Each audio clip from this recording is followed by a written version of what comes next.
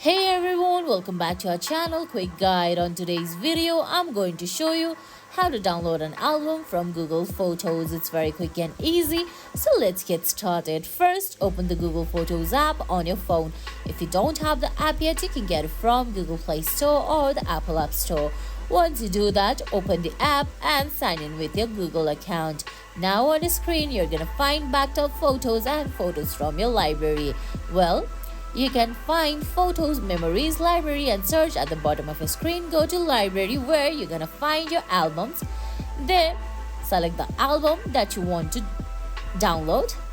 I'm gonna download this album, so I have opened it. Now on the top right corner, you're gonna find three-dot menu. Tap on it, then tap on select option right below share. Now you have to tap on the photos from that album. Once you do that, tap on the share option on the top of your screen. There you're gonna find two options, save to device and share to. Just tap on save to device option there, and there you go. It's gonna download your album on your phone. And guys, that's it. That's how you download an album from Google Photos. I hope you found this video helpful. If you did, please give it a thumbs up, leave a comment, subscribe to our channel and hit that bell icon. See you in the next video.